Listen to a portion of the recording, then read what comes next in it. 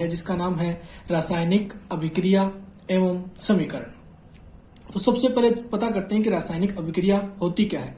रासायनिक से मतलब होता है रसायन, रसायन जिन्हें हम जानते हैं केमिकल्स के नाम से, केमिकल्स। और अभिक्रिया से मतलब होता है आपस में क्रिया, आपस में क्रिया।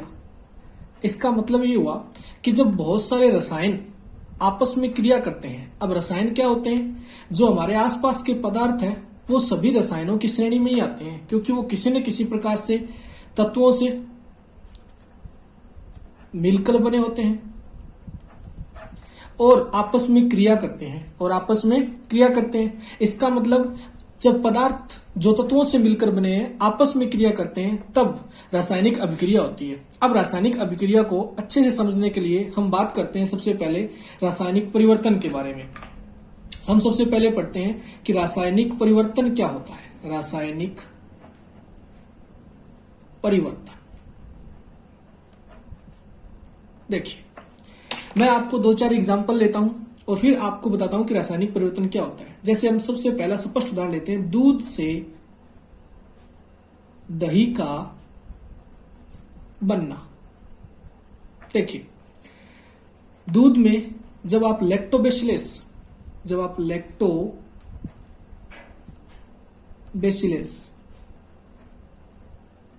जीवाणु डाल देते हो। अब ये लैक्टोबैसिलस जीवाणु किसमें होते हैं? जो थोड़ा सा दही हम दूध में डालते हैं, थोड़ा सा दही। इसका मतलब दही में लैक्टोबैसिलस जीवाणु जो वृद्धि करते हैं, क्या करते हैं? वृद्धि। दही में लैक्टोबैसिलस जीवाणु जब वृद्धि करते हैं तब वह लगातार खट्टा होता जाता है, खट्टा होता जाता है। इसका अर्थ ये हुआ कि अगर हम दूध के अंदर अगर हम दही डाल दें और उसमें लैक्टोबैसिलस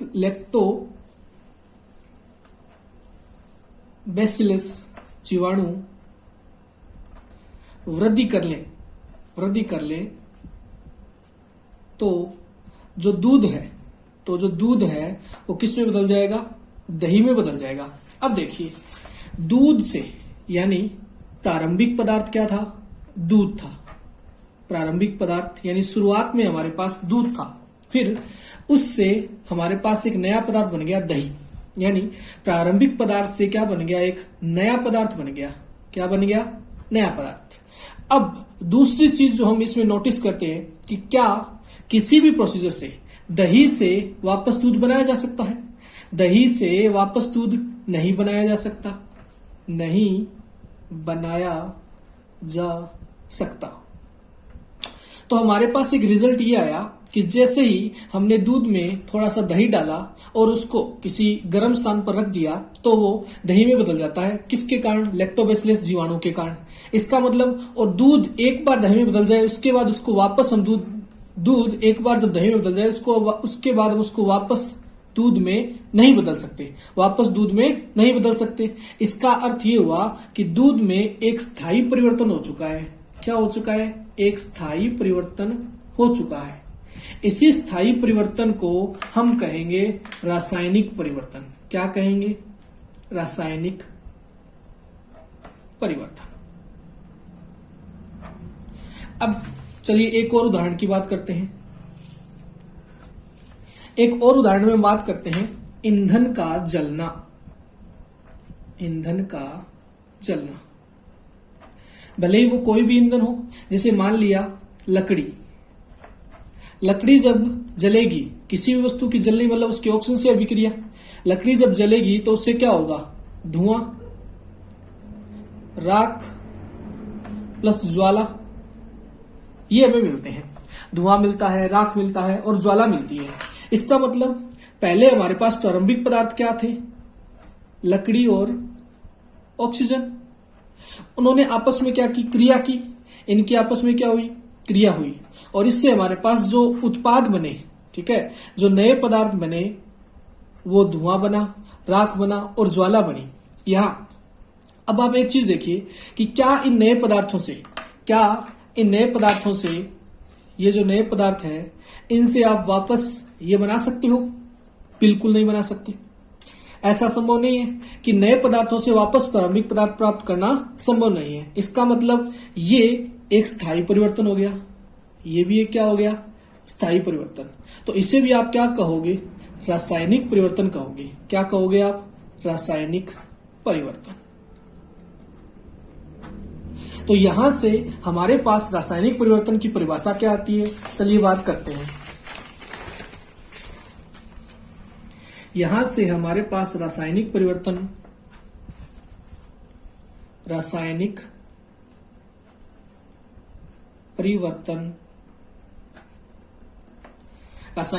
की परिभाषा क्या आती है? पदार्थों में ऐसे परिवर्तन जिनसे नए पदार्थों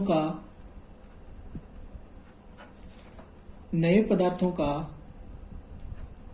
निर्माण स्थायी रूप से होता है, स्थायी रूप से होता है। ऐसे परिवर्तन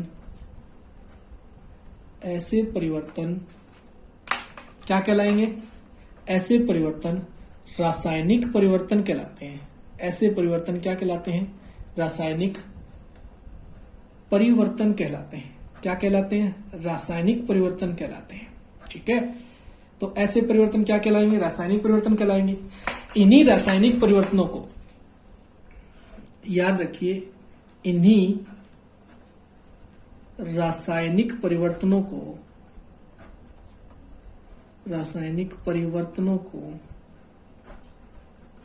क्या कहा जाता है? इन्हीं रासायनिक परिवर्तनों को रासायनिक अभिक्रिया भी कहते हैं। रासायनिक अभिक्रिया भी कहते हैं।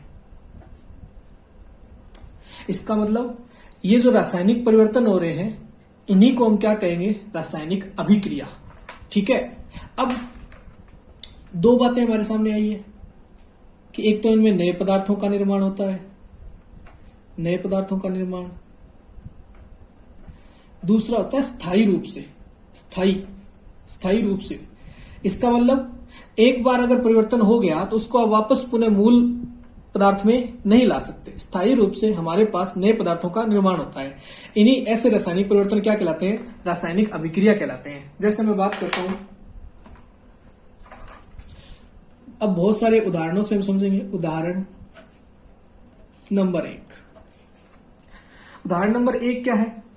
ये सब जो उदाहरण है वो आपके बुक से लिए हैं। तो आप इस वीडियो को देखने के बाद जब आप बुक को पढ़ोगे तो आपको और अच्छे से समझ में आएगा। ठीक है, एनसीईआरटी की जो बुक है आपके पास, आप नेट से भी, एनसीईआरटी की वेबसाइट से भी इस लेसन को डाउनलोड करके आराम से पढ़ सकते हो। तो चलिए देखते हैं उदाहरण क्या होंगे। देखिए, दूध का दही में बदलना, ये एक रासायनिक परिवर्तन है।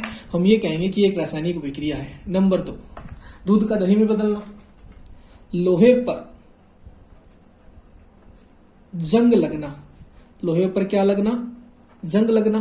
क्या है? एक रासायनिक परिवर्तन है, रासायनिक परिवर्तन है। क्यों? क्योंकि लोहा होता है Fe, आयरन, लोहा सॉलिड।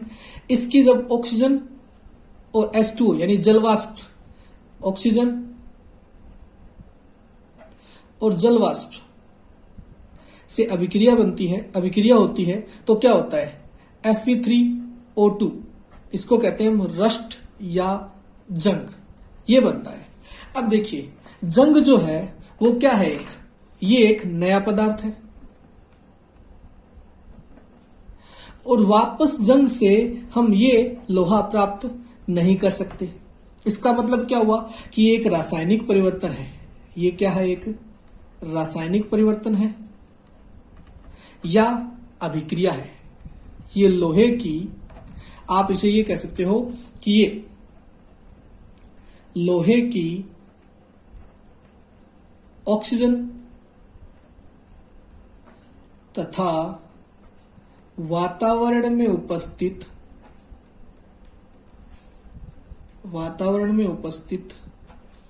जल वाष्प से अभिक्रिया है। यानी लोहा जब वातावरण में उपस्थित ऑक्सीजन और जल वाष्प से अभिक्रिया करता है तो क्या बनता है, इससे जंग रस्ट बनता है। क्या बनता है, जंग या रस्ट बनता है। चलिए और आगे बात करते हैं। नंबर 3 पे बात करते हैं।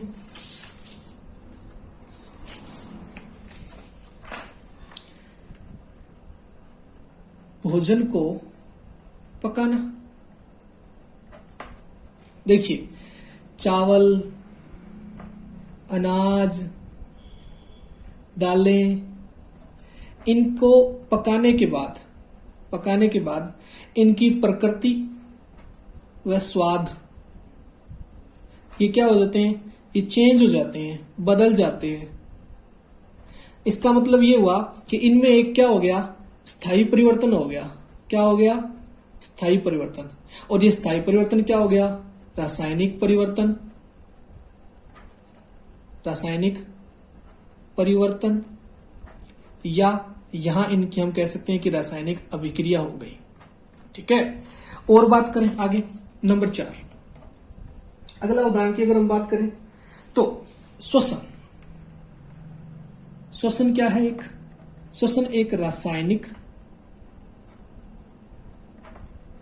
अभिक्रिया है। कैसे, श्वसन में होता क्या है, हमारे शरीर में ग्लूकोज के जो अणु हैं उनकी ऑक्सीजन से अभिक्रिया होती है और उससे हमारे शरीर में कार्बन डाइऑक्साइड, जल और एटीपी के रूप में ऊर्जा बनती है। क्या बनती है, ऊर्जा।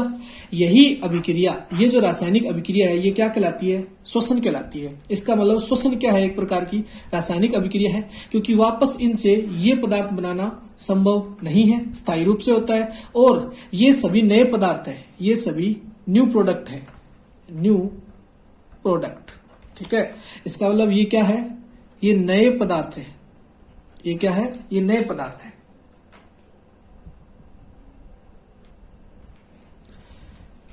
तो अब तक हमने जितने भी परिवर्तन पढ़े वो सभी रासायनिक परिवर्तन थे। अब कुछ और मैं बात करता हूं, जैसे मैग्नीशियम धातु का दहन। क्या होता है, मैग्नीशियम एक धातु है जो ठोस अवस्था में होती है। इसकी जब ऑक्सीजन से अभिक्रिया होगी, यानी इसको जब जलाया जाएगा, तो इससे हमारे पास मैग्नीशियम ऑक्साइड बनता है। क्या बनता है, मैग्नीशियम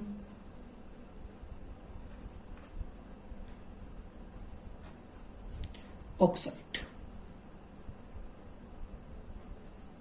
ये क्या थी, मैग्नीशियम धातु। ये क्या थी, ये थी ऑक्सीजन। मैग्नीशियम धातु जब ऑक्सीजन से अभिक्रिया करती है तो इससे मैग्नीशियम ऑक्साइड बनता है। क्या बनता है, मैग्नीशियम ऑक्साइड। अब देखिए, जब ये अभिक्रिया होती है, मैग्नीशियम के फीते को जलाया जाता है, जब ये अभिक्रिया होती है तब आपको चमकीली ज्वाला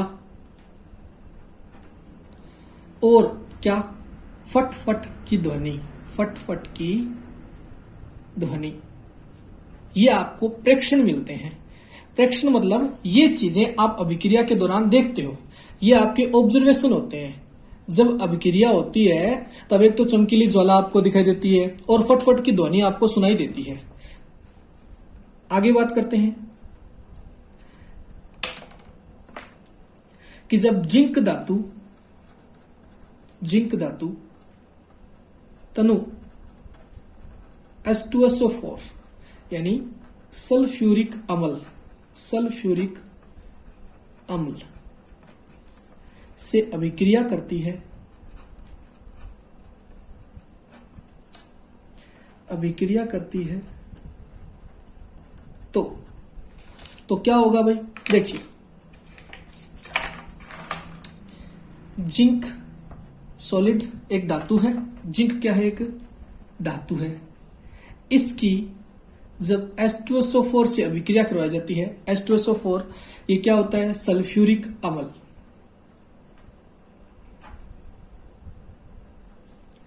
तब इनसे जिंक सल्फेट एक लवण बनता है। क्या बनता है? जिंक सल्फेट एक लवण बनता है, लवण। और साथ में बनता है hydrogen gas. Hydrogen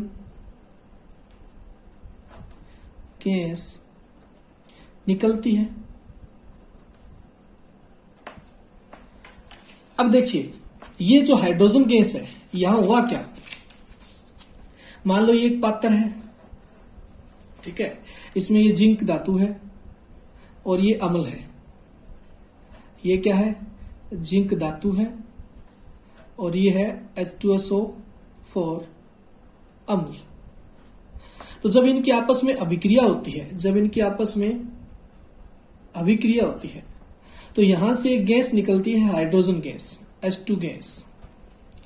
H2 gas निकलती है। इसका पता हमें कैसे चलेगा? कि जब आप इस जगह पे जलती हुई मोमबत्ती लेके जाओगे, जलती हुई मोमबत्ती लेके जाते हो, तो ये फट फट की ध्वनि निकलती है यहां से, ठीक है। तो फट फट ध्वनि, इस फट फट की ध्वनि को बोलते हैं पॉपिंग साउंड। क्या होता है? Popping sound. आपको पॉपिंग साउंड मिलता है। इसके अलावा आपको क्या मिलता है? जो पात्र है, पात्र यानी ये जो अभिक्रिया जिसमें हुई ना, अभिक्रिया पात्र, ये गर्म हो जाता है। क्या हो जाता है? गर्म हो जाता है। तो यहां पे हमारे प्रेक्षण क्या है? प्रेक्षण क्या है? नंबर 1, ध्वनि उत्पन्न हुई। नंबर 2, गर्म। कौन? पात्र। यानी आप कह सकते हो ऊष्मा उत्पन्न होती है। क्या होती है? ऊष्मा उत्पन्न होती है। तो ये हमारे आए प्रेक्षण, यानी इससे हमारे परिणाम ये आए कि इस अभिक्रिया में हमने देखा कि एक तो ध्वनि उत्पन्न हुई, दूसरा हमारा जो पात्र है वो गर्म हो गया, यानी ऊष्मा उत्पन्न होती है। चलिए एक और बात करते हैं। आगे देखिए, जब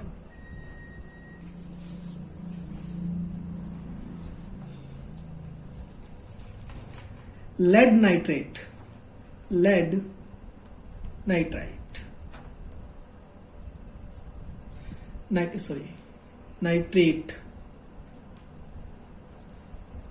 PbNO3 होल ट्वाइस की अभिक्रिया पोटेशियम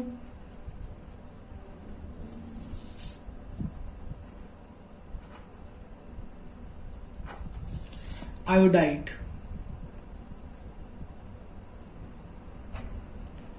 KI से करवाते हैं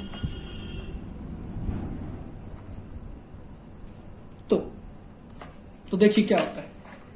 क्या कहा इसने कि PbNO3 होल ट्वाइस, क्या कहेंगे इसे?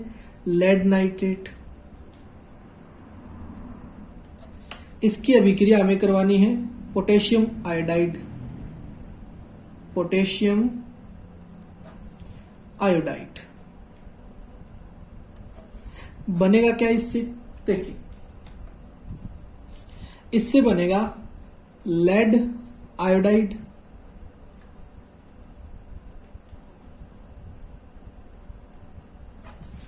और बनेगा क्या?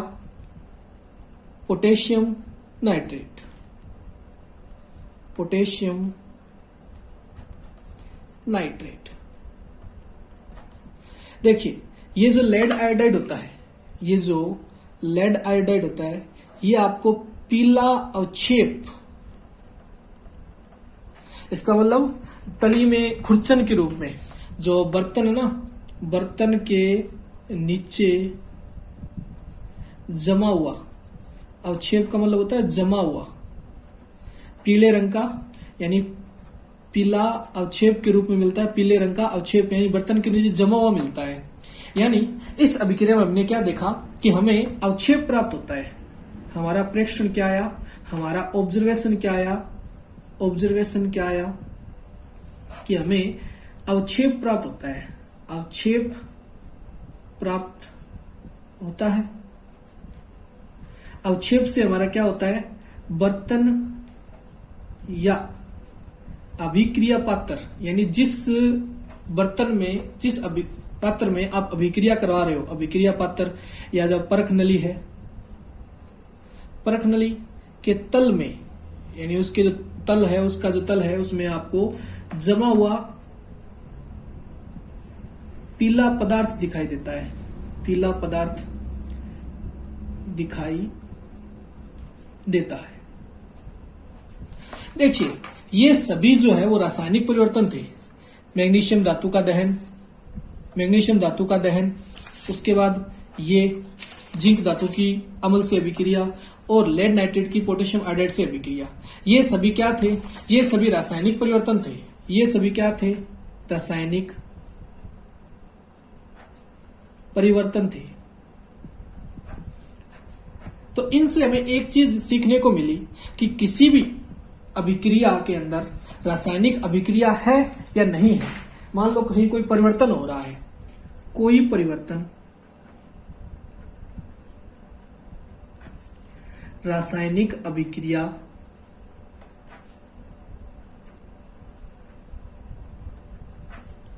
है अथवा नहीं, इसका पता हमें निम्न प्रेक्षणों या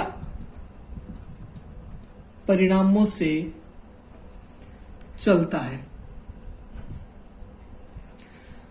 कोई परिवर्तन जो है वो रासायनिक अभिक्रिया है या नहीं, इसके लिए हमें निम्न परिवर्तन मिलते हैं। क्या? नंबर एक देखिए क्या होगा, अवस्था में परिवर्तन।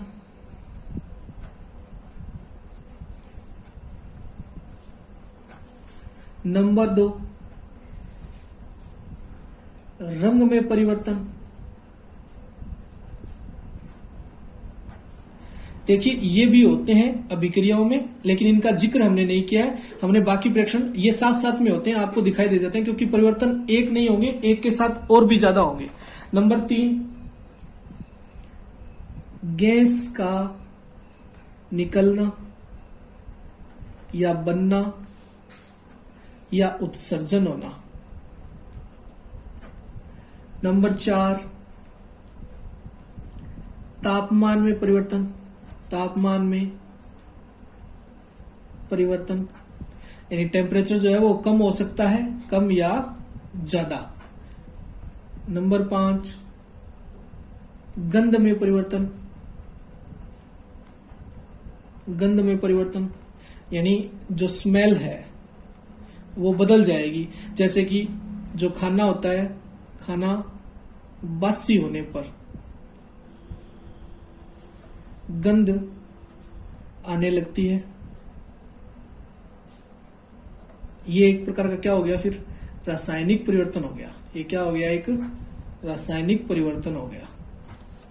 और क्या होता है, ध्वनि का उत्पन्न होना, ध्वनि का उत्पन्न होना, ध्वनि का उत्पन्न होना।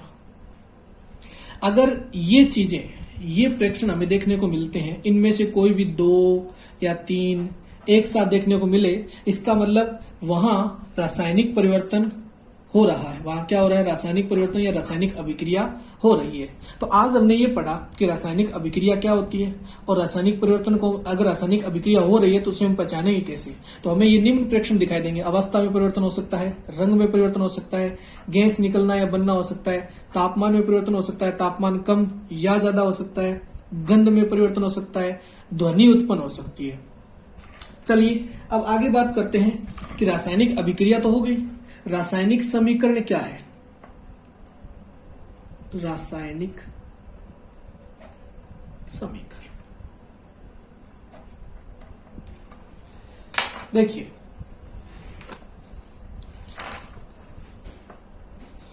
कोई भी रासायनिक परिवर्तन है, कोई भी रासायनिक परिवर्तन है, वो दो प्रकार से होता है। एक तो प्रयोगात्मक रूप से, प्रयोगात्मक एक्सपेरिमेंटल,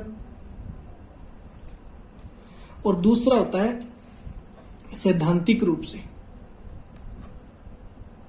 सैद्धांतिक जिसे आप थ्योरेटिकल भी बोल सकते हो। इसका मान लो प्रयोगात्मक रूप से कैसे कहें कि आपके घर पे लकड़ी चूल्हे में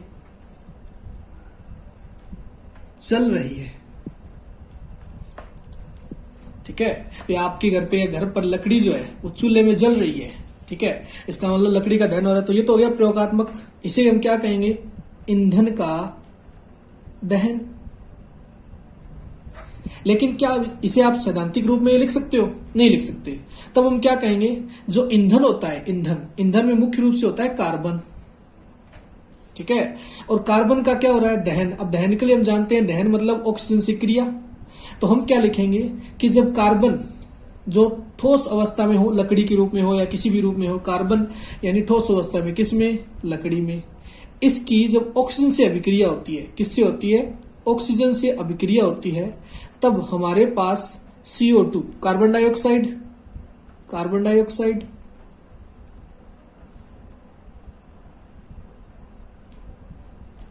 प्लस ऊष्मा प्राप्त होती है। ये जो अभिक्रिया है, इसमें देखिए आपने क्या यूज किया, आपने कार्बन का प्रतीक यूज किया, यानी तत्वों के प्रतीक, आपने चिन्ह प्रयोग किए, आपने रासायनिक सूत्र प्रयोग किए,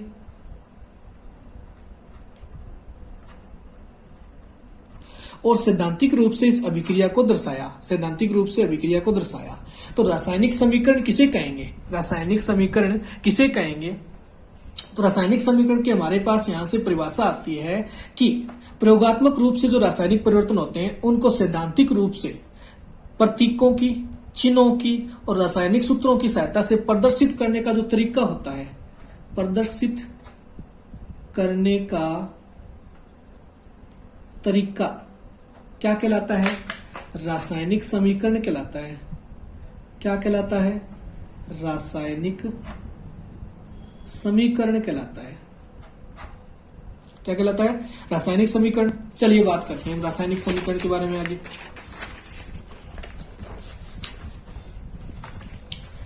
तो रासायनिक समीकरण की परिभाषा मैं क्या दूंगा, रासायनिक समीकरण। इसकी परिभाषा क्या आएगी,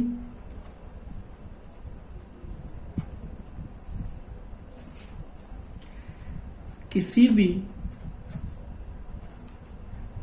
रासायनिक अभिक्रिया में, रासायनिक अभिक्रिया में पदार्थों को अणु एवं प्रतीकों तथा रासायनिक सूत्रों द्वारा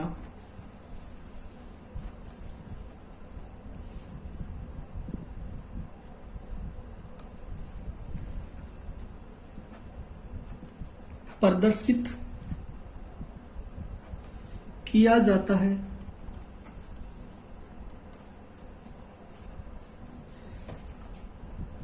तो इसे रासायनिक समीकरण कहते हैं।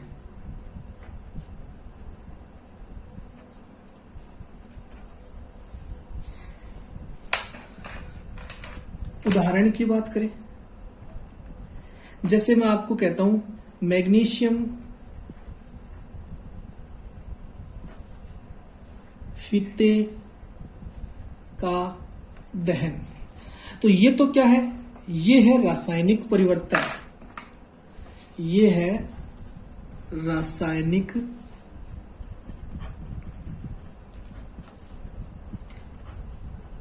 परिवर्तन।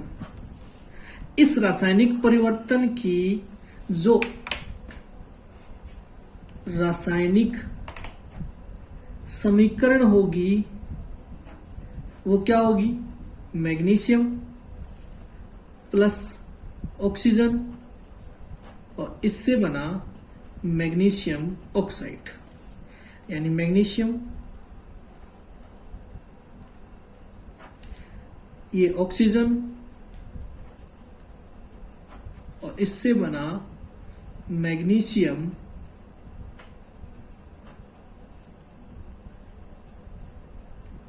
ऑक्साइड।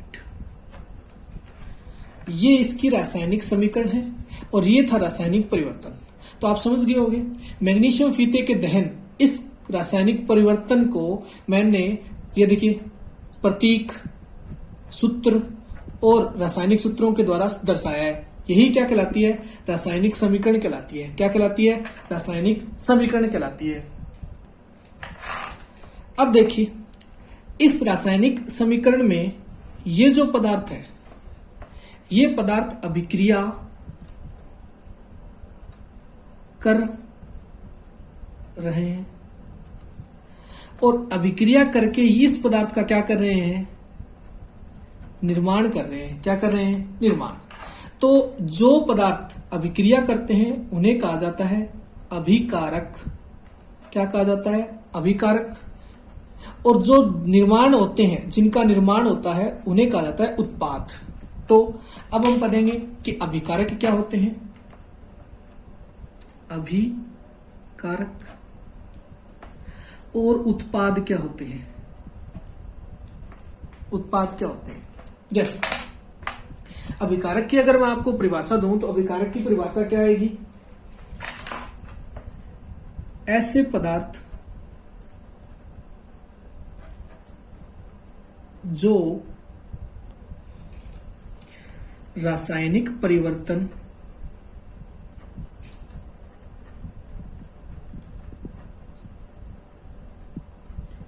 करते हैं या रासायनिक अभिक्रिया में भाग लेते हैं, अभिकारक कहलाते हैं। क्या कहलाते हैं, अभिकारक कहलाते हैं। जैसे अगर मैं इस अभिक्रिया में बात करूं तो मैग्नीशियम और ऑक्सीजन क्या है, मैग्नीशियम और ऑक्सीजन ये क्या है, ये अभिकारक है। उपरोक्त अभिक्रिया में मैग्नीशियम प्लस ऑक्सीजन ये क्या है, ये अभिकारक है। ये क्या है, ये अभिकारक है। ठीक है, क्योंकि ये भाग ले रहे हैं, ये जब आपस में क्रिया करते हैं तभी तो ये उत्पाद का निर्माण करेंगे। अब उत्पाद क्या है, उत्पाद देखिए क्या है, अभिकारकों की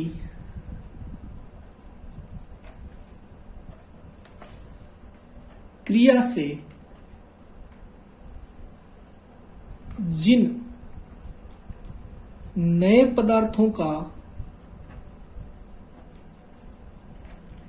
निर्माण होता है वे उत्पाद कहलाते हैं। क्या कहलाते हैं, उत्पाद यानी प्रोडक्ट। ये तो हो गए प्रोडक्ट और इन्हें कहेंगे रिएक्टेंट्स।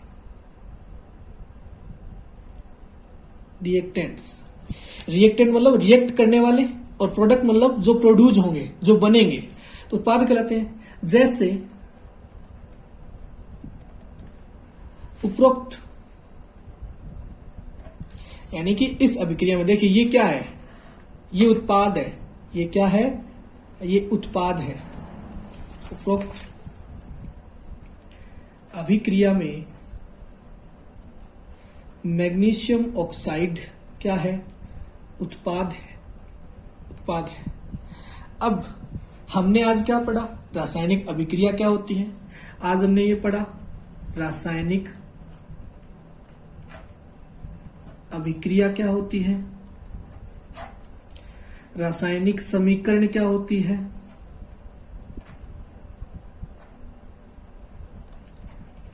अभिकारक क्या होते हैं